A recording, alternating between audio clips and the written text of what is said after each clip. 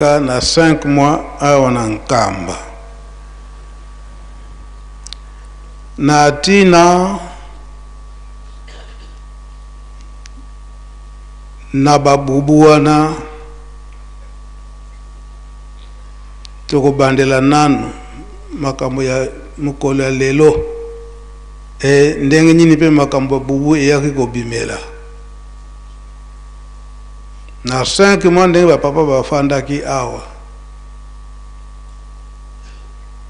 na date ya lelo ya le 25 mars makanisi na bango ezongaka ndenge ezalelaka na 1960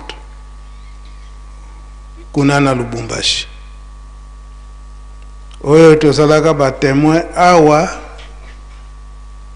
na date ya lelo papa Mfuma Ndongo papa Diengenda kuntima na 1989 asengaka papa Bobe abimisa totala film ndenge nini nzoto ya papa Simon Kimbangu a 1960 wana na date ya lelo le 25 mars ndenge nini ebimilaka na mabele esika bakundaka ye pe ba commentaire ya ye moko papa Diengenda esalamaka akanisaka likambo yango pasi ndenge nini ezalelaka na 1960 wana.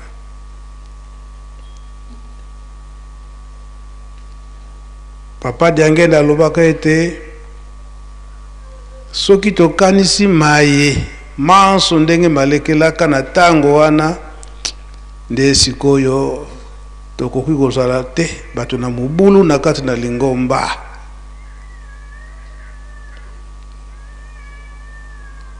Yango film elakisamaka alobaka ndenge nini bakendelaki ndenge nini bazongelaki kokende na bango kaka liboso etumba bitumba na ndenge nini a partir ya le 12 avril 1959 wana ndenge kaka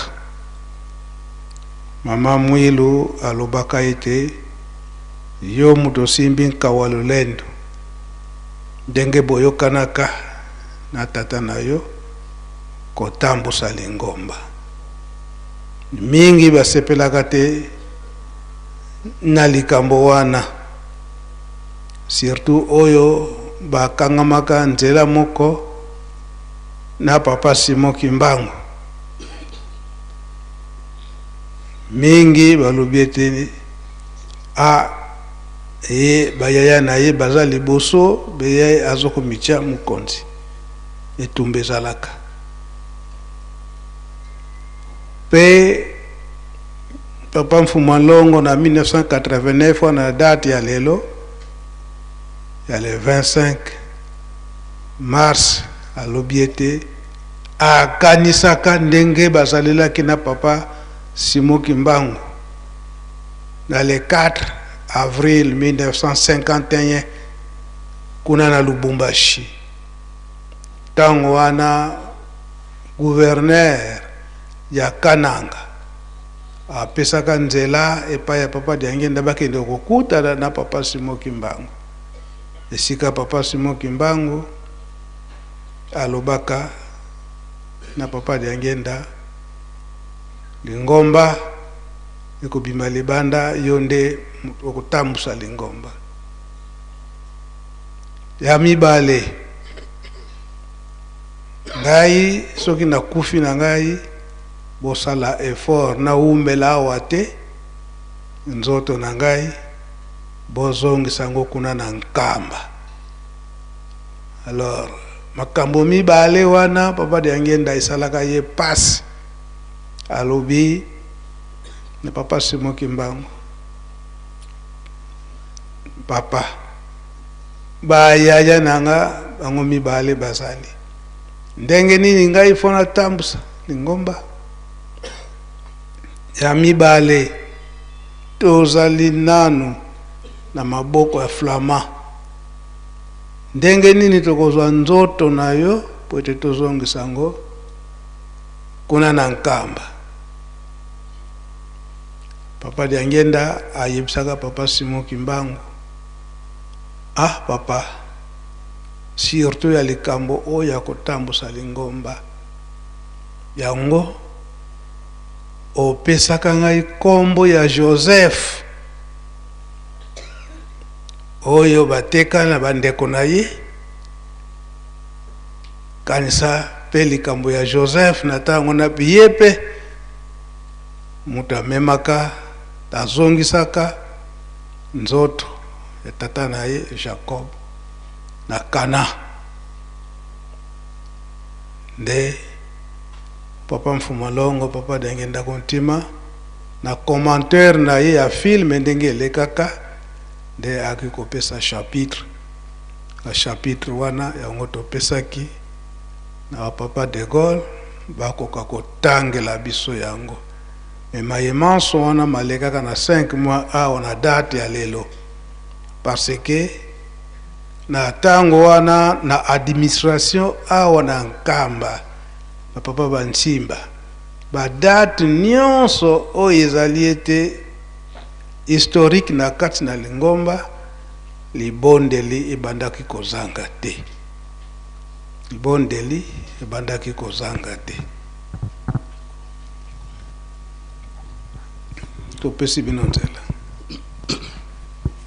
O kombo ya tata ya mwana pe tata Molimo Santo. Papa Fumambanza pesi biso chapitre ya Genèse chapitre 47 verset 27 à 31. Genèse to ebandeli mokapu ya tuku mine na sambo na nzela ya tuku mibale na sambo kino tuku misatu na moko etangeli ezali boye na kombo tata mwana peli mosanto. Joseph akateli Jacob seleka ya suka. Bato ya Israel bavandaki na mboka Egypte na Goshen. Bakomaki bakolo ya mabele. Babotaki bana pe bakomaki mingi. Jacob awumelaki na Egypte mbula 17 ti tango akokisaki mbula mokama na tukumine na sambo. Tango Jacob amoni ete alingi kokufa, abengi mwana na ye Joseph mpe alobi na ye, soki olingaka ngai lakisa bolingo na yo na bolamu na yo epai na ngai. Tia liboko na kati ya makolo na ngai. Kata seleka ete okukunda ngai na Egypte te. Tango na kokende kosangana na bankoko na ngai, okokunda ngai na cimetière na bango. Okotika ebembe na ngai awa na Egypte te. Joseph azongisi, nakosala ndenge olobi. Jacob alobi lisusu, kata seleka na miso na ngai ete okosala boye. Joseph akatelaki ye seleka. Bongo Jacob agumbamaki na mbeto na ye mpona kopesa ye merci. Na kombo na tata na mwana pe tata Molimo Santo. Liloba mukuse to bakisi na liteni oyo ya tata Fumambanza pesi biso. To moni kuna ezali likambo na ndai. Ndai ezali elaka oyo bakataka liboso na Nzambe to liboso na mutu ya munene to kondimana. Ndai yango nde ekomisaka mutu munene. Ndenge pe tolobi na psaume 15:4 ete mondimi ya solo abongolaka ndai na ye te ata esali ye pasi. Soki mutu azali kobongola ndai na ye azali mondimi ya solo te. Ndai ekatamaki epai na Joseph. Joseph kombo wana nanu elakisi ete mutu azali kokola. Alors ndai oyo Jacob akatisaki mwana ne Joseph elingi kolakisa kokangama na bonkoko na bango esengeli na biso kolulaka bokoko ya bato mosusu te malgré bozwi ezalaki ebele na Egypte kolia komela babotamaki ebele bazalaki na bozwi ebele mais akataki ndai abosalaki bokoko na bango te akatisi mwana ne ndai ete soki nga na kokufa esengeli ozongisa ngai esika nkunda ya bankoko na ngai ezali. Alors yango na pe Joseph asalaki ye moko pe Joseph na tour na ye pe akatisaki ndai na bandeko na ye zeri soki otosi ndai ememaka nde mapamboli. Joseph ayebisi bango te nga na tosaki ndai ya tata bino pe boti kotosa ndai na ngai tata nzambe akokanisa bino tango bokobima awa botika pe nzoto na ngai awa te bokende nango ndenge na kendeki na nzoto ya tata na Genèse chapitre 50 verset 24 à 25. Donc bango pe basalaki bongo pona biso lelo elakiseri ezali nini. 1 Corinthiens chapitre 10 verset 11. Paul akomili bakorinto ete makambo nyonso bozali komona eyo ekomami na kati na Bible esalamaki pe ekomamaki pona biso bato tokomi na génération oyo na 4e génération tokokozwila ngo mayele po soki tozwi mayele te na ma oyo nyonso elekaki na ntango na kala ba oyo bakoya nsima na biso bakomona biso bazoba. Parce que dans Ecclésiaste chapitre 5 verset 3 balobi soko katindai okokisi yango te nzamba komona yo mutu azoba. Alors lokola ilaka epesamaki na batata na Joseph akokisaki yango ba Joseph na bandeko na ye bakokisaki. Donc lelo ekomi témoignage baza kopesa biso ete biso bato komi nekeke oyo tokozwa mayele yango na manso oyo batata papa bazali kotiki babilaka bapapa bapesaki biso soki tokokokisa yango soki tokosalela yango surtout oyo bapesi biso kotonga Yerusalem soki tokokokisa yango te tokotonga Yerusalem ndenge tozali komeka muke na bozwi na biso muke c'est-à-dire bilaka oyo ezali kati na biso ekomonana bana Israël tanga batosaki likambo na bakangamaki nango bakokisaki yango basava babimaki katikati na bango. Exode chapitre 35 verset 30 kede kuna komona ngo ete ba savant babimaki na kati ya désert bazaki na mboka te pona ntina na botosi.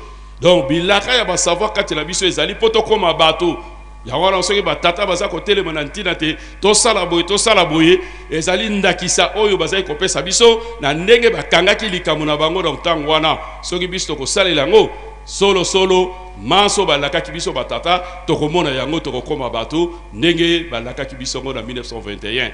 Papa Mfouamaza la télévision wana komba tata mwana pe libosanto. Merci papa. Papa Mfouamaza merci na ndengo pesi biso maloba. Biso toza ba africain ba kombo ezalaka na signification na yango. Okoyeba monene ya moto pe misala ya moto à travers ba kombo oyo yaye. Nazo kamata d'abord kombo ya Simon en hébreu elingi koloba oyo nzambe ayokaka. Dieu entend. Et puis nzambe ayoki pe amoni pasi nanga ndengana mama Léa apesaki mwana na mibale comme Simeon. Nzambe ayokaka, Dieu entend. Simon signifie nzambe ayokaka. Ayokaka pasi, ayokaka mabonel, ayokaka koganga kolela ya moto. Kone pas dans le hébreu. Mais pas dans biso Congo Kimbanguna. Donc hébreu qui Congo. Qui a préfixe bango vient du verbe bangula.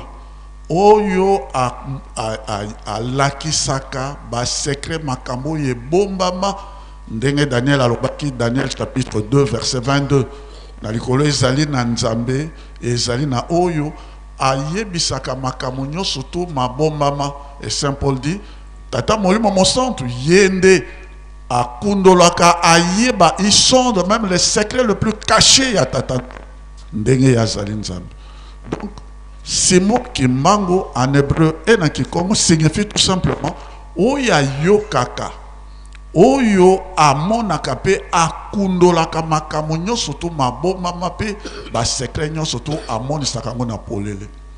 Et misala nyonso to ya papa aye kosala na mokili ezali kolana kaka signification po Nzambe alobaki kuna na bana d'Israël alobi pe awa na kati na biso eza kolana kaka ndenge soki olingi koyeba makambo tata kimbangu il faut yeba na signification ya bakomo wana nyonso to ndenge. Joseph likamo parce que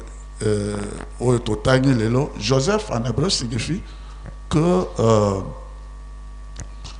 Nzambe to oyo amatisaka, c'est lui qui augmente, oyo amatisaka, et c'est lui qui fait croire, faire croire Joseph. Après saka kondima, mpe amatisaka volume ya likamo. Wana nkombo nyonso to papa kimbangu azalaki kopesa na batata na biso nyonso to misato eke juste na makambo oyo mpe bango balobi mpe basali soko kabaki mpe Daniel le jugement divin au Nzambe azali juge na ngai. Ça c'est en hébreu. Mais epai na biso awa kisolokele ça dit likambo eboma maka eye komonana. Mais les camo est bon, maman, quand tu perds, quand tu passe par un jugement. Il y a un papa qui est là, qui est là, qui est là,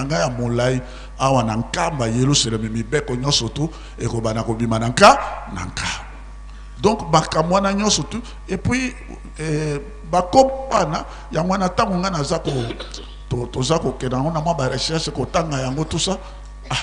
donc, papa Kimbangu, c'est à cause de ça. Regardez un peu Kuna, Kabuya Israël, Salomon signifie le roi, c'est lui qui apporte la paix, c'est lui qui apporte la paix, Shalom. Ou bien Salem, Mokonzi Akimia. Et Yende Melchisedek, azalaki kovanda na kata Salem ndenge pe papa dialongana aye kotonga aye kovanda awa na kamba pona kotonga oyo esika oyo ezali kopesa kimia mpe na kati ya mokili mobim. Vous voyez, donc komo wana kuna epai na biso pe na signification dialongana, c'est-à-dire tout est accompli, accomplissement. Et papa Joseph, papa diange na talandenge Diangenda, dia ça veut préfixe et puis diangenda vers. Donc gagner la kotambola na mokili mobima a augmenter à côté se faire croire batu biso nyon surtout mokili mobima lingomba et tomabi. Ndenge et salaki Joseph en Égypte. Yende moto alaki si mobeko en Égypte à côté si mobeko. Moi so ya Potifera linga ko zo makanga habité pa na biso mobeko etine makamo yo sali ko salata à côté si mobeko. À côté ici, boyenge bene toute l'Égypte. Et yempe tata na ye tangoye à Kofi Jacob. De wana ya Jacob, c'est toute l'Égypte. Batunion sur Égypte mobiba. Et ça là qui environ 70 jours. 70 jours. Donc Égypte mobimba et là qui Jacob. Et débat même qui va continuer surtout il n'est resté que banamike na kati na Goshen. Tout le monde est allé jusque na isika ya Macpel. Ndekuna isika Abraham azali na mwasi na ye na mama Sarah, isika pe Isaac azali na mwasi na ye, isika pe Jacob aye ko famille. Ndenge kaka biso tozali na bango awa lelo nanka. Mais mazalaka yango pe mazali. Ndenge kaka histoire kaka ndenge biso tozali na. Et puis, papa pasteur de Gaulle, pour tous attendre mon laïté, papa de Gaulle a lobby du camo. Moya to sakandai, azwaka bénédiction, azwaka lipamboki. Déjà, en 1900, pour papa qui m'a engolobaki na papa diangue na Mbanzangungu. Au yeli sous qu'on renouvelé yango, na le 5 avril, na 1951 dans Lubumbashi. Là, c'était le 3 octobre 1921 et Kuna Ezalaki Nanan.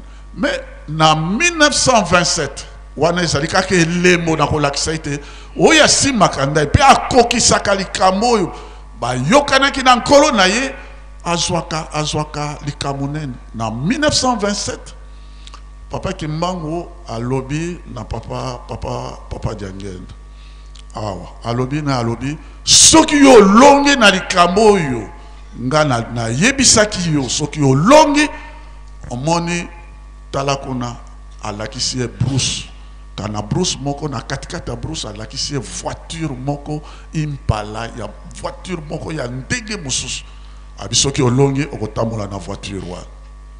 Et papa Diangenda lui papa na yo pe biso na ba pasi oyo boye oyo voiture oyo eloko habité eloko e salamana no te na kati na mokili mais Nzambe akopesa mayele bakosala yango e yoko tamola na kati na yango.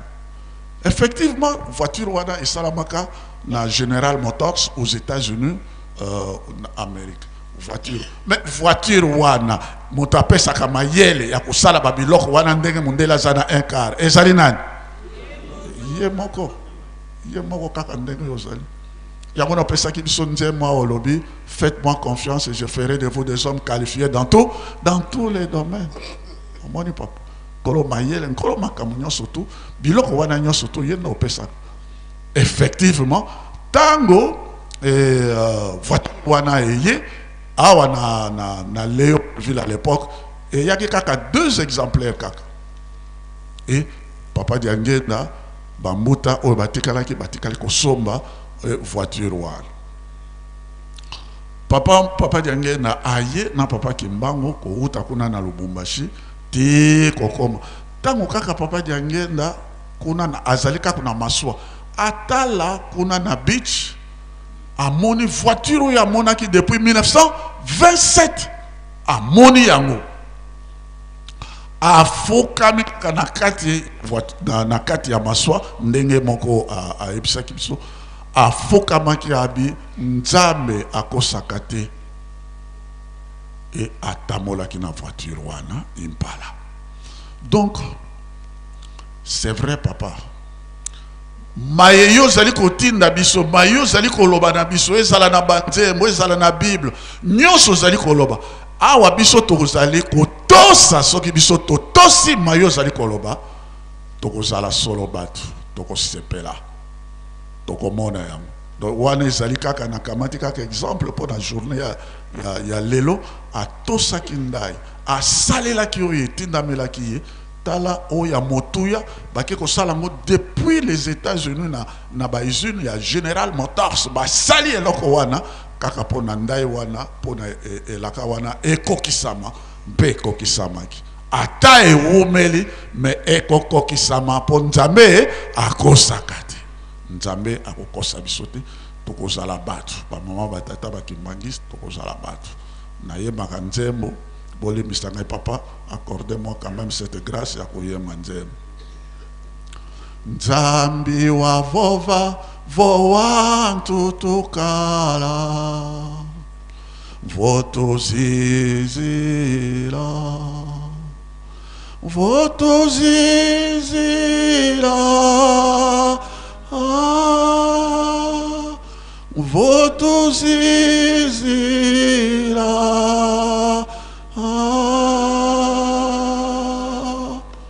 Nzambi wa vova voa ntutukala votozizila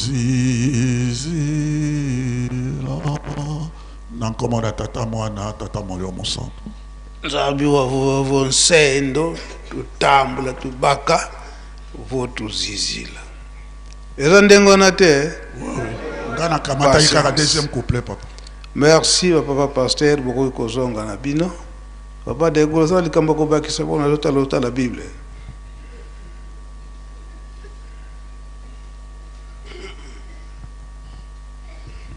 Papa na diga kaka ko pesa chapitre oyo papa uti kolobawa Habakkuk chapitre 2 verset 1 à 2 à 8 Nzambe et likambo na Nzambe ata ewumeli tango molayi zela yango ekokoka na 4. Habakkuk chapitre 2 verset 1 à 2. Merci. masolo eza nanu mulai na mokolo na lelo bozonga na bino yango tokobenga papa Shiko na papa Maya boleka liboso na ntina kaka na date na lelo. Papa Fumambanza na tango wana ba préparation pwana kokende Lubumbashi kozwa nzoto ya papa Simon Kimbangu. Réunion esalamaka awo na Nkamba. Réunion emonana kiete eza likambo munene oyo ezo kosalema. Potango wana époque coloniale. Avant bakoma na étape wana ke bazwa nzela ya kokende ba démarche esalaka na niveau ya l'État.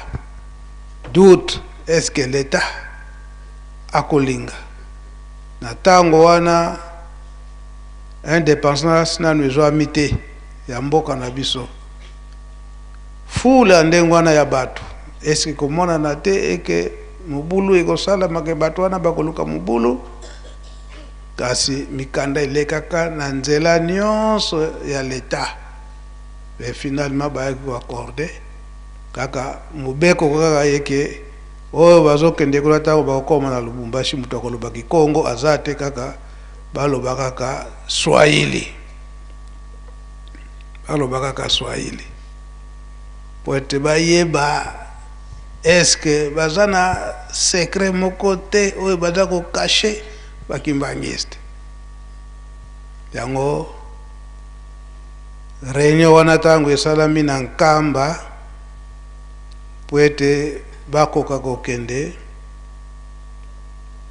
na tango wana papa Liangenda azalaki deja koyebanake ayimda chef spirituel kasi ba mususu doute makasi sikoyo avant bakende kozwa nzoto bayebi ete lingomba elingi efanda ba exige papa Liangenda tozali kokende kasi avant okende tikala nanu kosala composition ya lingomba bokonzi kosalela ndenge nini bawelelaka ba titre na bango bamsusu balobi ete angana kozala esika boy bamsusu balobi angana kozala esika boy papa Liangenda alobi tokende nanu tango tozonga bongo tokoyeba makambo yango kaka sikoyo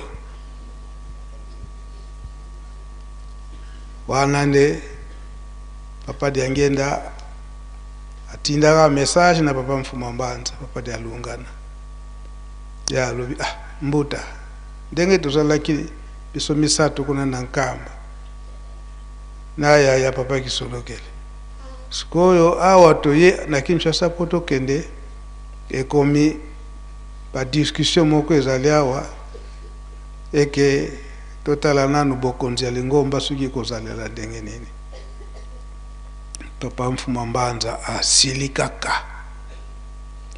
asilikaka na bambuta pe akomelaka bango mukanda abi bino bomesani komema makambo nyonso na bunzoto poza kobosa na molimo poza kobosa na ete kotambusa lingomba ndenge bato bakola liboso fo molimo nde akopona bango kasi na bunzoto te wana bino bozali kosala bunzoto wana papa Dialungana apamelaka penza bambuta lettre yango wana tozo kotangisa na bandeko pe bongo ba expliquer. Merci papa. Na kombo ya tata mwana pe molimo santo mukanda oyo ekomami le 13 septembre 1959 na tête Kiangani Dialungana Salomon Angombe Kinsuka, le siège administratif de Nkamba Jérusalem. Monsieur Wanzungasa Marcel, kuna kwa tata Marcel tambula mavimpi makumazola mungumbwa mfumu kizeiko keti lukolele kweno kansi vuvu kiamevo lukolele kweno beto mpe tutezele bonso bweni na mavimpi meto mulumbukia unu ovu insangu kiele katata Marcel mono munsalulu asalu nga vuvu kibeni mfweti kubundila kwa mana mankaka mena matekama nga ibeno kibeni lufweti mosungika ye kwa mana mawonzo nompe metayoka nga ingeye fweti mozaikisa mukunzaikisa ketibweyi menina kadi nsamu watoma kubama mu ulu ukulu lukulu diwo kwani kanti nge kunzaisi nkutukani diambu dimosi muzaya keti mudiambu dianki dikulu kidi kadi tomazayavo nsamu wowo wa unene ye walusaku munu kwa beto wonso zeivo munambonga tubonga nsamu wowo nga tufweti wobongila muna luzitu kibene zevo vana kati kwa mambu momo nga kavalendi kala nkutukani nsamu wankakako kadi nsamu wowo wa unene vana kati kwa nsamu wowo bangwa mpova yevo ntala zambi nga kazilendi kalako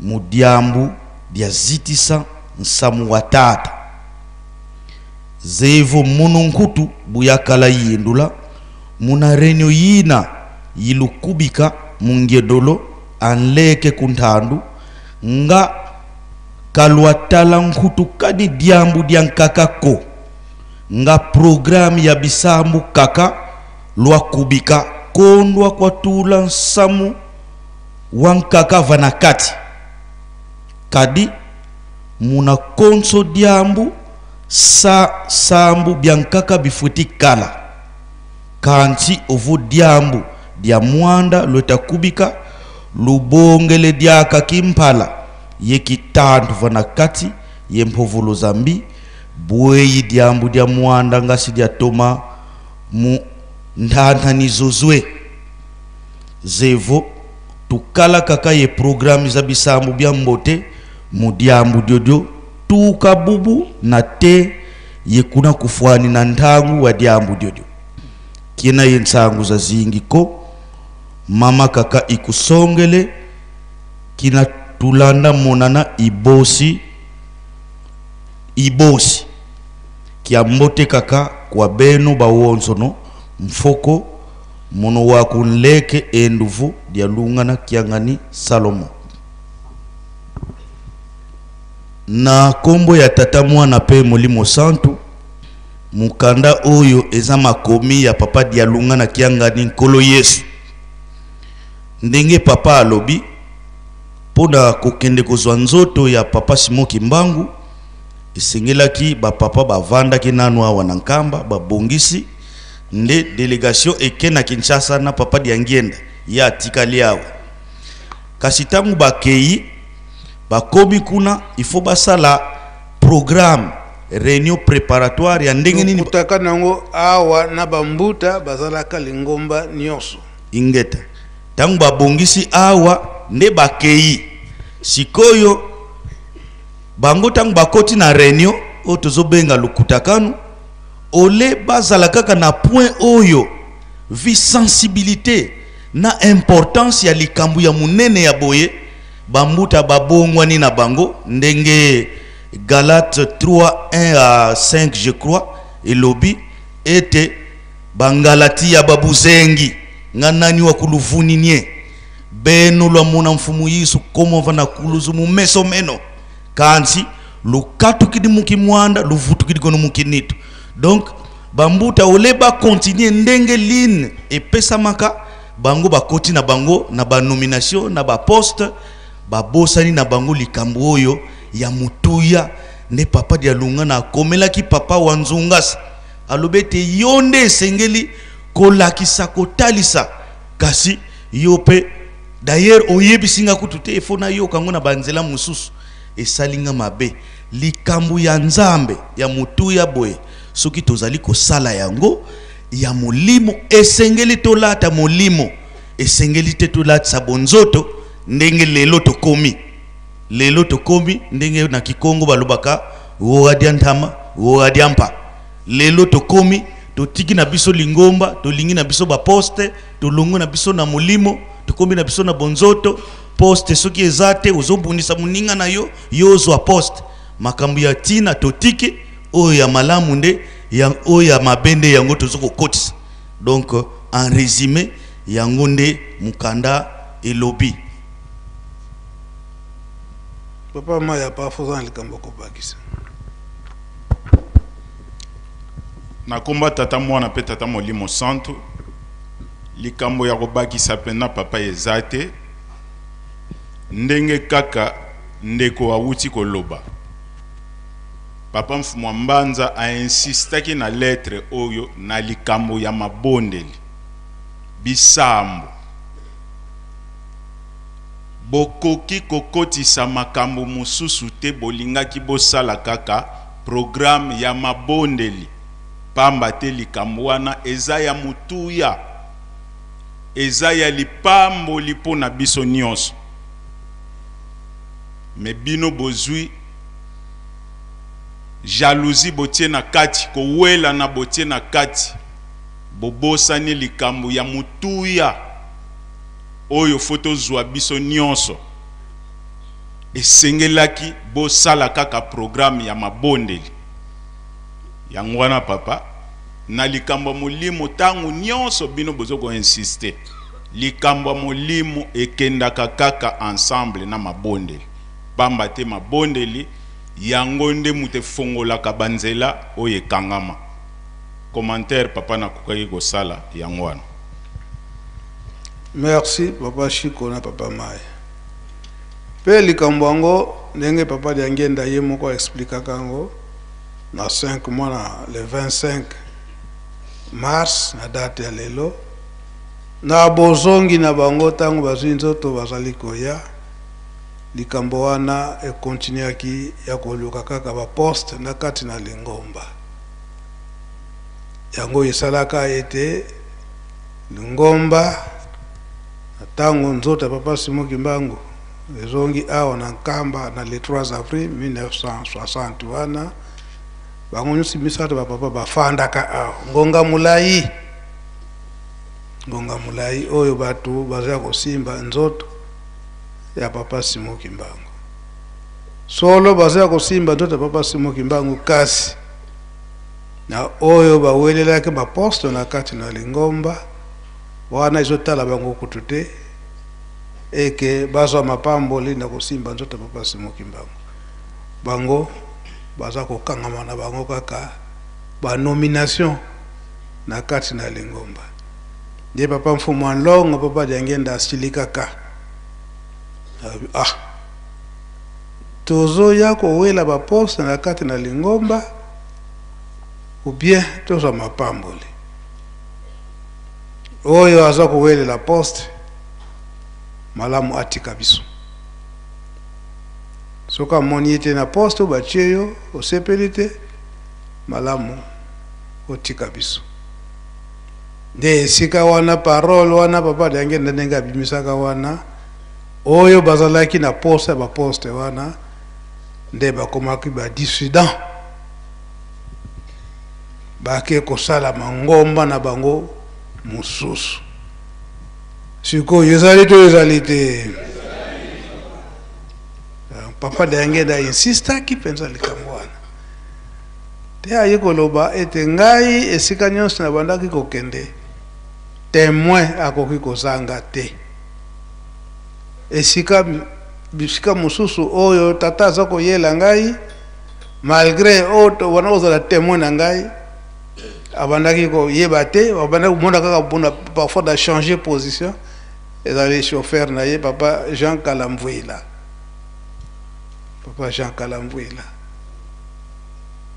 papa ndenge na prononcer bien alobi te makambo nyonso nakamna na kokende sika teke papa Kalamvuila azanga te papa Kalamvuila fo azala comme témoin c'est ye chauffeur badako kumbai bisika nyonso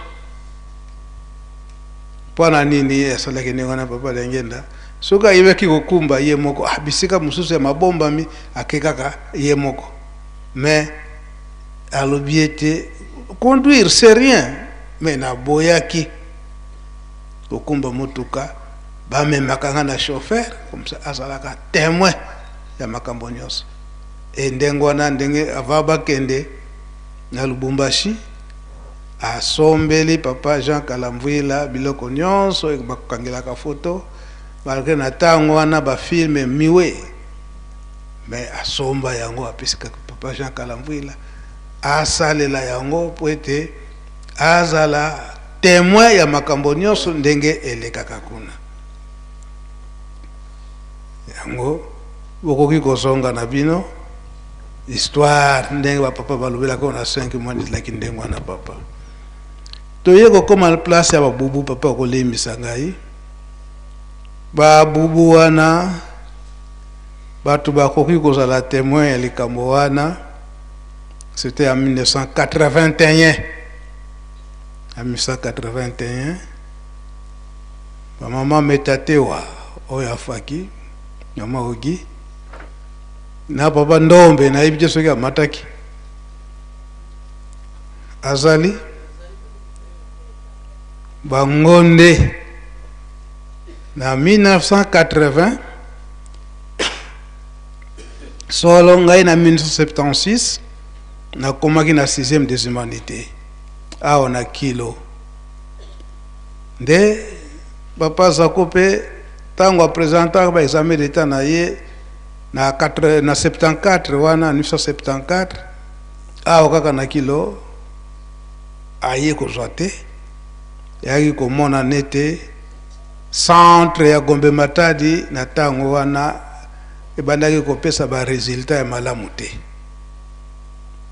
nde papa Zako ko changer akendaki kotanga na Mbanza Ngungu kuna na école na biso mama Mwilu na tango na bazo kobenga ngo Kimfuka nde azwaka diplôme na ye ngana na 76 wana papa Zako yiko zwanga awa komi na 6e des humanités malamu okende ko silisa na Mbanza Ngungu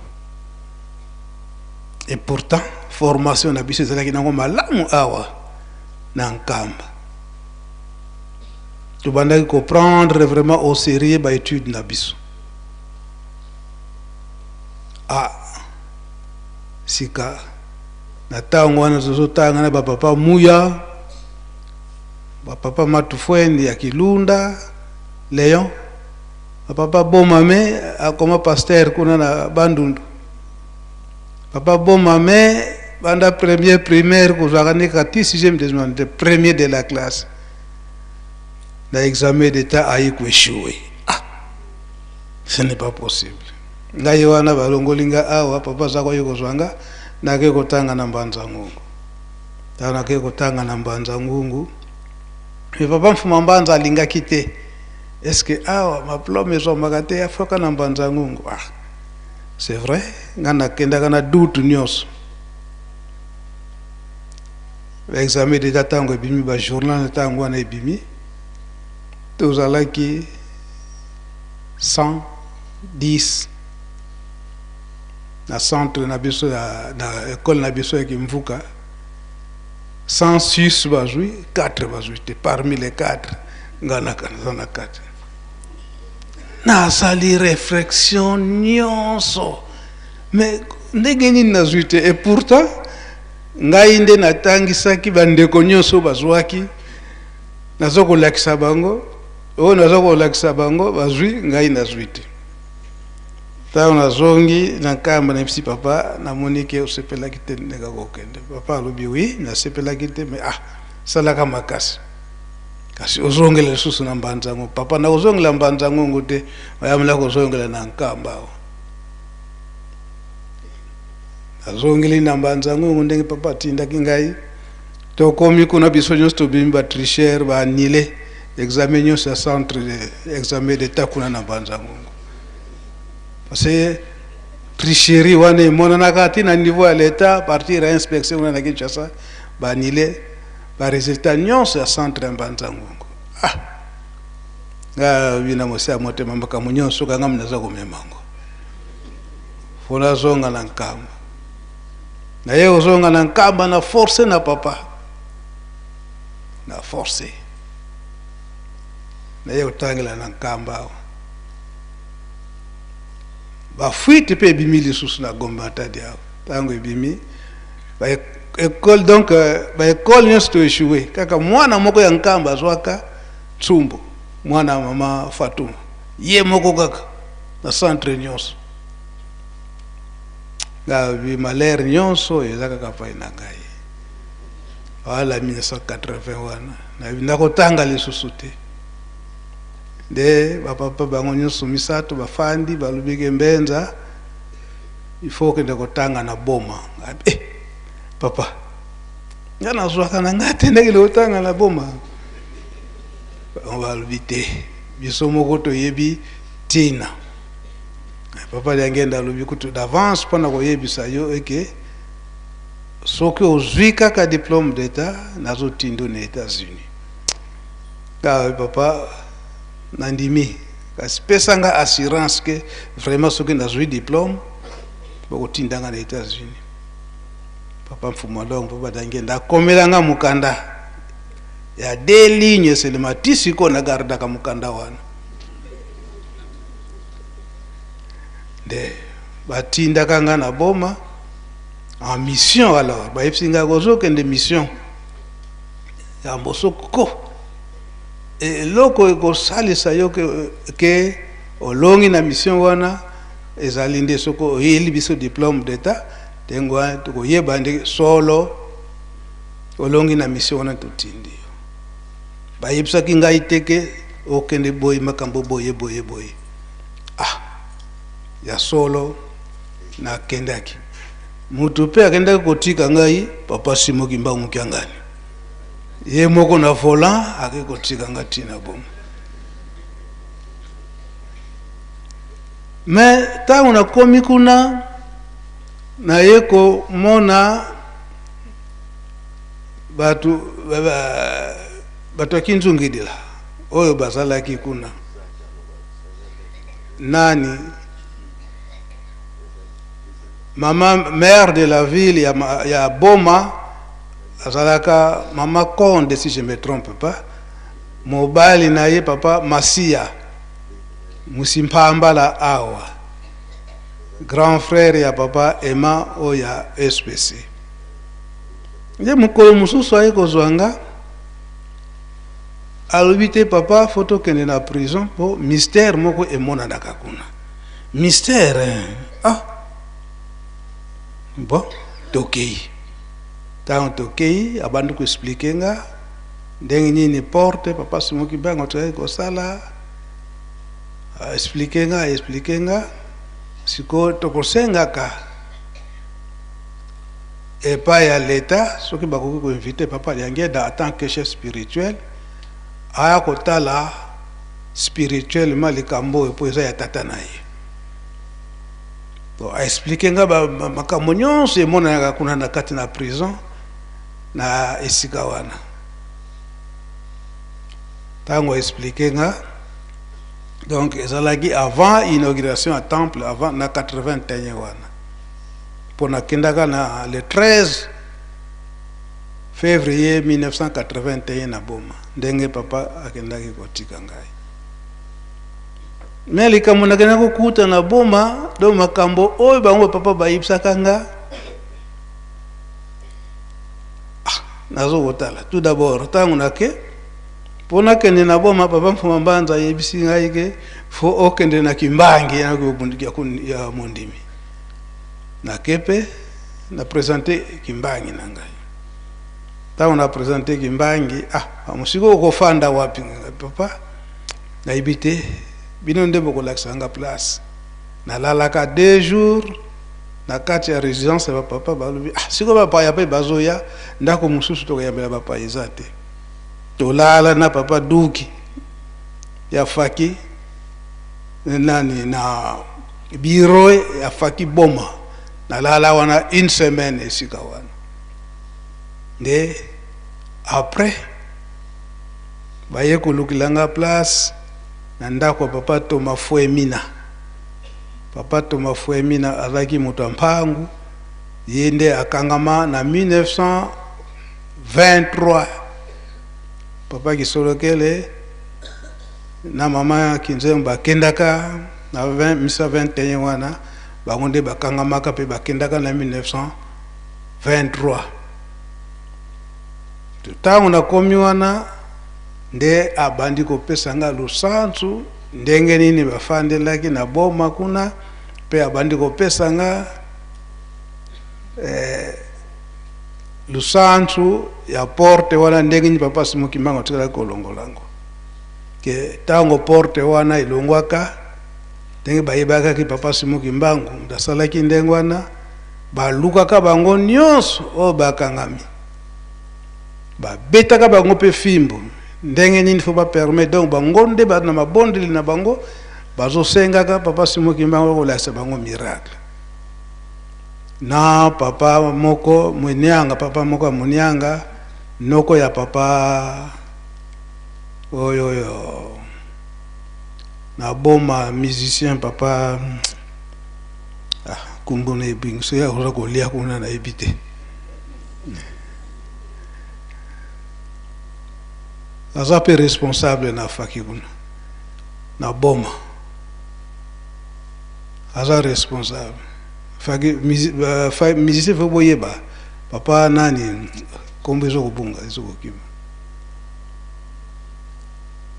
nde bango noko wana papa kombone papa Mvila azaki Munianga ye wana pe azwaka foto ya mama Kinzembo bacha na mozole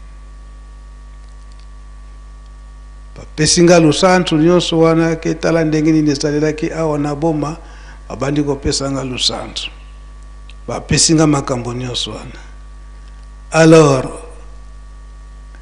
tango na ye awa na nkamba na 81 wana na inauguration le 6 avril tango na ye na nkamba na pesi masolo nyonso wana na bapapa balobi bon oza déjà sur 10 oza déjà na 5 points po makambo tutindilaki yo na boma nde yango wana okende koyeba histoire wana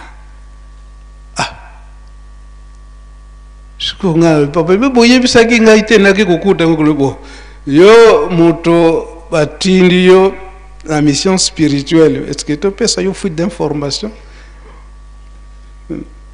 Donc yo moko bunda na yo na ndenge makambo nyonso wana oza ko bunda nango pe baye koyebisanga balokula ozangi esika kolala sikoyo to pesi o permission o lukanda ko kufutela kasikozala yo moko te nyandako wana nde na lukaka ndako yazwaka ndako na aveni Maduda numero 1 na rompo ya boma wana nde wana la fandaki nde papa Ndombe oyo jejeki na bengi wana nde babandaki ya kotalela ngai sikoyo tango na ye kofanda wana bango basaya kotala ngai mukolo mususu baye tango baye bafandi tozoko solola ye papa Ndombe alobi ete papa batindaki yo mission awa na boma mission ni batindaki ngai no nazwi nzembo na nzembo wana nazwi eza kolakisa ete makambo nyonso oyo ebombamaka awa na boma makambo papa Simukimbangu awa bato ya boma posa na bango ezali ete balakisa spirituellement to physiquement makambo nyonso babomba awa eba bapapa bango nyonso misato Natali na makamba papa bayibisaki ngai ya likambo te soki eza ndenge wana ekosalema kaka papa ndombe soki aza wana abima nano de babanda kozala papa ndombe papa roy maître tai oyo nabona koboso na kombo ya musicien na papa molok noko na ye papa molok peut-être azalaki na mesa asilisi kolia yango kombo ezongi balobaka ndenge wana nde na papa wa sukulu wa sikoyo na bana na ye na bakoko na ye baye kobimisa nde accordéon na accordéon wana muna bazoya koyembelaka ngai muke muke ti eyaki kokola lisanga na bango wana bapapa misturi na bandeko ne mosusu wana mama ogi azali mama Augustine afaki mwana papa wa sukulu na baduki donc sikoyo nzembo bana wana babandaki koyemba papa ndombe mvuluzi wengiso munza ingeda papa nzavuluza mameme makwe kenda za kutulumbele kenda za kutulumbele ya ngwala nde babandaki koyemba siko bana wana tangu balongwe na boma baye awa na nkamba baye koyemba nzembo wana bapapa bayoki yango ndenge nini boye koyeba nzembo iyo nde bapapa tangu babandi koexplike makambo ezalaki na nzembo wana nde sika ba ndeko na biso ya Bas-Fleuve bayaki kososola likambo moko na 1981 wana bayaki kososola likambo moko oyo ezali ete fo basengela bolimbisi epai ya papa Diangenda surtout epai ya papa Diangenda mpona nini ndenge babundisaka papa Diangenda baye kobimisa vikaria baye kobimisa vikaria bakanisi lisusu ndenge babundisaka papa Diangenda na makambo ebele kasi ntango baye kososola emonanaki ete basenga papa Diangenda bolimisi me bolimisi wana bakosenga bango fo bazala kaka bango misato esika mosusu te kaka ndatiela na 1981 wana nde bapapa balobaka ete fo bobongisa mokolo ndenge bino boko bosengeli yango ete bokosenga bolimisi na manso oyo bosalaki na biso me bosalaki yango na biso te kasi bosalaki yango epai ya tata nde programme esalamaki ete na 1982 wana bapapa basala voyage bango nyonso misato elongo na grand marabout baye koyebisanga mbenza ilafale okende parce que yo nde totindaki kasi soki biso nyonso misato tokei nkamba mutu te akotikala awa nde kotikala nga natikalaka awa sino te ngai deja nazwaka nanga gu ya boma nakende kofanda danga na boma me balobi eki te tikala awa fanda no awa otika kokengela nkamba oyo makambo papa Jacques me alobi o badiama banini donc nakendaka misio nanga mosusu wana donc passe-temps papa Jacques me wana o baoro o badiama donc esika mosusu bapapa babandaki kotinda ngai babanda kotinda ngai nde kotinda mwa soki nazwi mutuka na bamboka nyonso na mayombe ntango nakokende bazofongolela nga porte ntango bakoyokaka mwana papa pamfo mbanza kombo na ye mbenza bazokanisa kaka mbenza ke kombo na bango kuna na bayombe donc kuna na mayombe kombo mbenza naza roi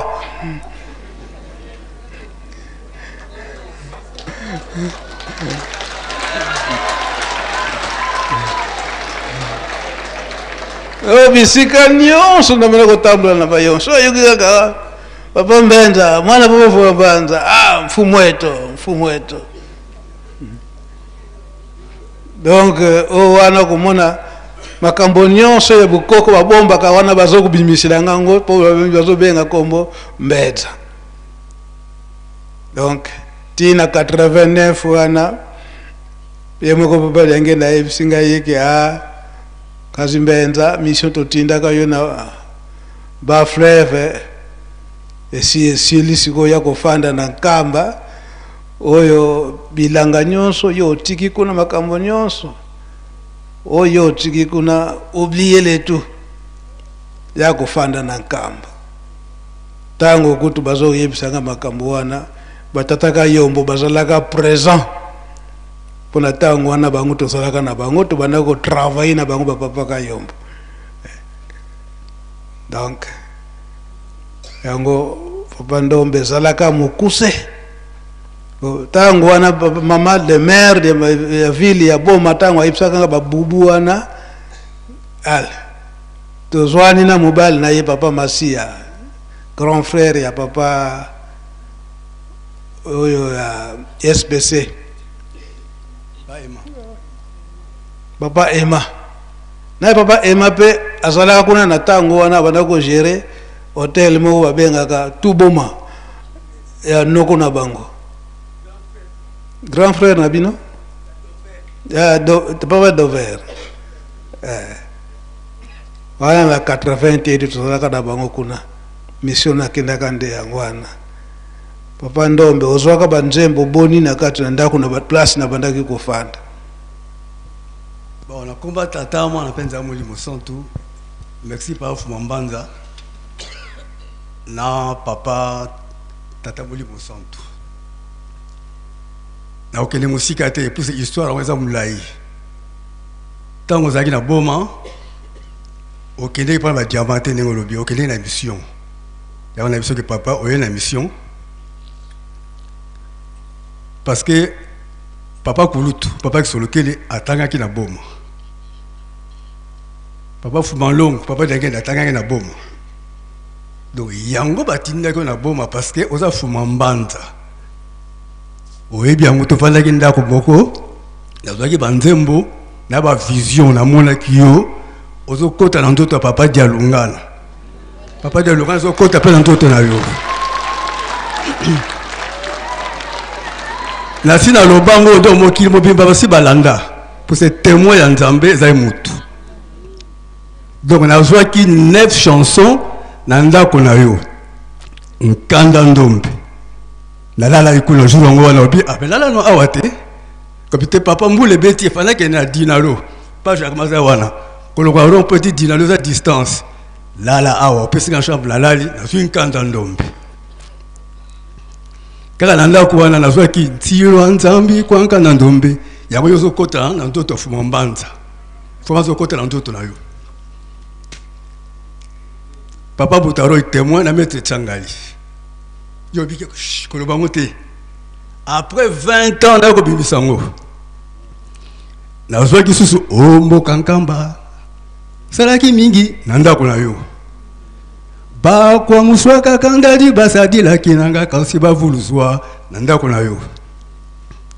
Diambu dife na ndako na yo. Muntia bampofo au pays des aveugles. Wala ko na mona papa simoki ba kyanga tango na mona yeteme kaka ala pas siros mais na mona ye ala moto donc ba photo papa yanga de baso pasolango de babalabala tan ba pasoli ezongi siros. Oh na ko so sikoyo muncha bampofu yazietele kana donc na bankofo tukala ndako na yo boya bango la ludi ka yusuki ya tumwe. Donc en bref papa okendeki mission na Boma parce que ozali Fuma Mbanza pour la accomplir binomi sato boleka na Boma puis na Boma likambeza kuna na kasi to na musika te to ba mu ko mususu makamba Nkanda Ndombe. Oye kokina komba tata mwana penza molimo santo. Amen. Merci banzembo nyonso wana po ba papa bayebisi ngai ke zwa ndako ofanda kasi mpona bato okofanda na bango bamama Augustine wana yafaki tofandane na ndako wana na bango papa Ndombe papa Roy na maître Tai kutukombo nani Changali yebe bango nyonso bato wa SPC bango nde babandaki kozalanga na ndako banzembo nyonso wana azwilaki yango na ndako place nazokolala tango nazongi na mois d'octobre na 81 wana nde papa balobi ke mission accomplie wana tango nazwi diplôme d'état na présenter yango pa papa bazalaka pe awa na Nkamba na octobre wana papa diplôme d'état yango nazwi siko papa fumalongo nazozela otindanga na États-Unis papa kisolo na lakisi penda mukanda okomilaki nga yango mission accomplie ka mission mieux ko kanti mission miankaka wayendela ku kasi na tango wana biso moko toyebi tango nini okobimisa secret ya mission nyonso wana mais na 82 wana nde a partir na banzembo nyonso wana nde sikoyo bandeko na biso Mayombe basali programme ete basenga bolimisa Kimbangismo ye sika na mikolo leki papa Mfumalongo papa Simukimba Ungangani atuni ngai tina nini bandeko na biso na Mayombe na 1982 basengaka bolimisi pa papa Mfumalongo ngai papa owana za secret na yo spirituel ongai na kopimisa secret nyonso te ye moko azana tango na ye owana ba secret nyonso ekobima zonga na yo papa Ndombe yo peso koma papa Ndombe po zwaka mzema nkanda Ndombe be kombo ngo yakali eza kombo Ndombe Sita kasi amo papa pasteur abalobi awa papa ba elebeke ba kombo ekendeke na sens moko bonga pe na comprendre te hein? Alors na tango wana pe tango na zongi na mois d'octobre wana papa bayebisi ngai yo mutu ofandi mingi na Mayombe toza na besoin na mutu moko oyo plus tard akotambusa école biblique na ndenge nafandaki na Mayombe ndenge bapapa balobelaki yango nde sikoyo place wana ari kotuna papa Silu Makola pona papa Umba papa Umba azaya kokoka po papa Umba na 81 wana azalaka na école biblique awa nde na 1984 wana officiellement bayebisi ke aya kofanda na Nkamba na papa Silu Makola pe papa siko batuninga lisusu ndenge nini omoneni papa Adrien donc papa wasukulwa na fanda kine na boma mais en tout cas likambo moko ezalite po liboso abandelaka na Lukula nde ayako koma pasteur de la ville ya boma papa wasukulwa bon yebisa yeke toza na posa na ye pe ayako fanda na Nkamba comme pasteur de la ville sainte na Nkamba ngam na salaka devoir wana ya kozwa bango ti ko ya ko présenter bango epai ba papa bongana banokanisa toujours que mission o batindaki ngande ya ngwana menzoka nde na makamu mususu ezalaki na kati tango ikokokela ye moko papa soka alingi soka pesi nzela nde tobimisi makambo nyonso wana oyo tokendelaka na kofandela na boma presque une année pe na badaki kokende kozonga donc papa Jacquemain or ba diamant wana ezaka ka couverture Voilà la couverture. Moi, j'ai été inspecteur de mines à Boma. Tous ces minéraux de Boma, moi je connais dans le Mayombe, je connais tout. Mais si c'était pour ça, je serais un grand riche. Mais ce n'est pas pour ça. C'est pour autre chose, la spiritualité. Denga yepsaka nga papa lengena. Alaksinga bisika na Mayombe neza kutambula. Kende esika boye, komona sinye boye. Biloko ebeleza wana. Naba pipaka yombo tokenaki kotimula ngombo komona rien. Papa lengenda yesinga, ce n'est pas pour ça. Abi ye mutazalaki inspecteur des mines na Mayombe nyonso. Na tango époque coloniale. Donc à l'objectif, donc par semaine, ce que nous exploitons, c'est 200 touques, de 200 litres d'or par semaine qu'on exploitait. Et en exploitant comme ça, le tout acheminé à Boma dans les bateaux Belgique. Allah yi muko papa dengen tayib sakanga papa Jacques ay munata kuna yunga ni muna nkatu ka oro ya nata ngutu papa simumuna kanza kameko mana miela mya bantu baki si papa Jacques. Merci. Oui maman Augustine. Okombo tata mwana pe tata molimo santo. Merci nkolo na ngai pona nako kozwa maloba. Bolimbisa ngai nazalaki na ndako. Pamba te santé ya maman ezala pena malamu te. Alors nazako prendre soin na ye nde natikali kolanda na radio. Tango na yoki papa a touché point ya boma na kombo na nga nazui moto mbangu na matingomba na mbangu papa. Bolimbisa ngai. Likambo papa mbenza lobi eza solo. Na 81 côté ya utaki ndenga beti li solo ko raté ba diplôme. Mais papa kulutu papa ki solo ke la lobaka na eke na boma. Ndenga ipe na longwe na 5e des humanités na komi na 6e. Ezala ki pona nga chance kozala classe moko na Nzambe. Tozako vana na classe moko. So natali boye na simazali. Nazako mona ye mystique.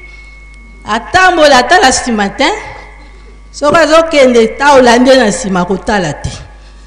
Na luka epena mona eta na ba makangu rien. Ba mama protocole bazo uta matadi wapi poko ya kolambela biso. Mais ako kipe bangote. Habitala bateau. Donc en bref, tant au coma qui na fin de l'année, ba komi ko luka bateau poto sala maki. Ye papa azala ko va na ndako ya lobi o eza peme na rond point. Nde a proposé ki bateau baza sérieux poto za na bango ensemble. Alors tozala ki deux filles ba o bazala ki vraiment ba très intelligente. Ba poni biso mi balé bana mi bali bazala ki 5. Parmi bango to kaboli ba cours na biso. Sikoyo nga nazoka nanga mathématiques, anglais, chimie biloko moko ndengu wana. Mikolo Yesu ye kaka philosophie na histoire. Soka zo betela bino masolo akala neti azalaka. Oh baleyo po soki banani ba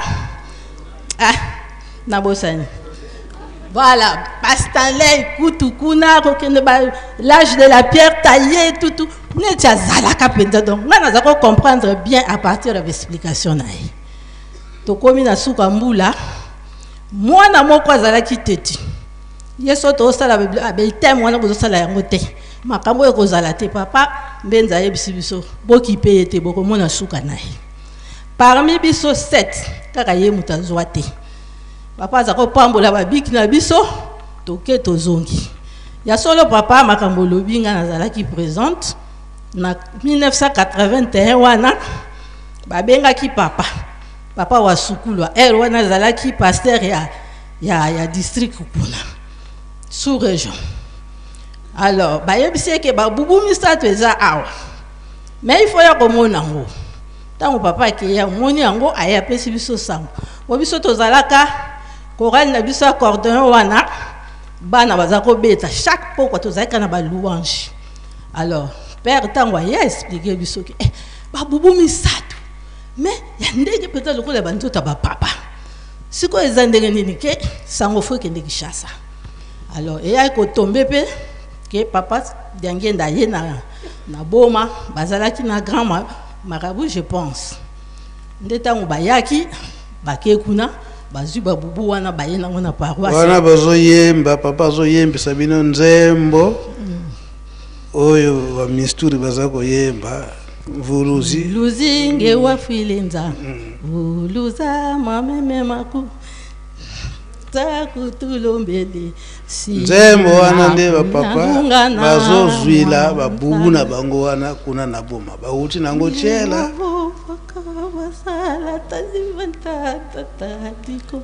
wasikilisa vomuntu kafuetikala wapanzama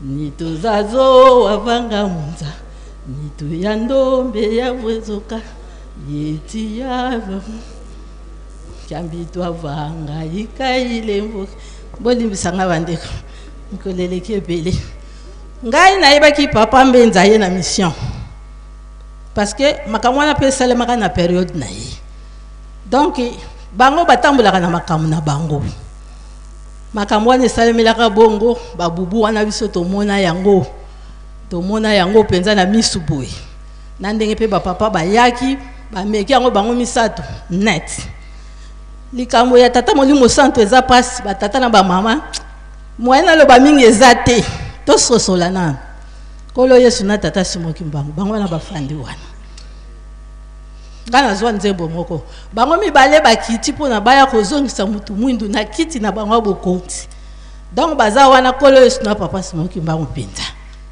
ye papa simoki mbango kiangani kakuna na boma bambule kauki ntango biso toke imitation tokomi quelques mois kaka mvula moko makasi ebetaka esali inondation ale mai etondi après mai wana mboka ekauki sécheresse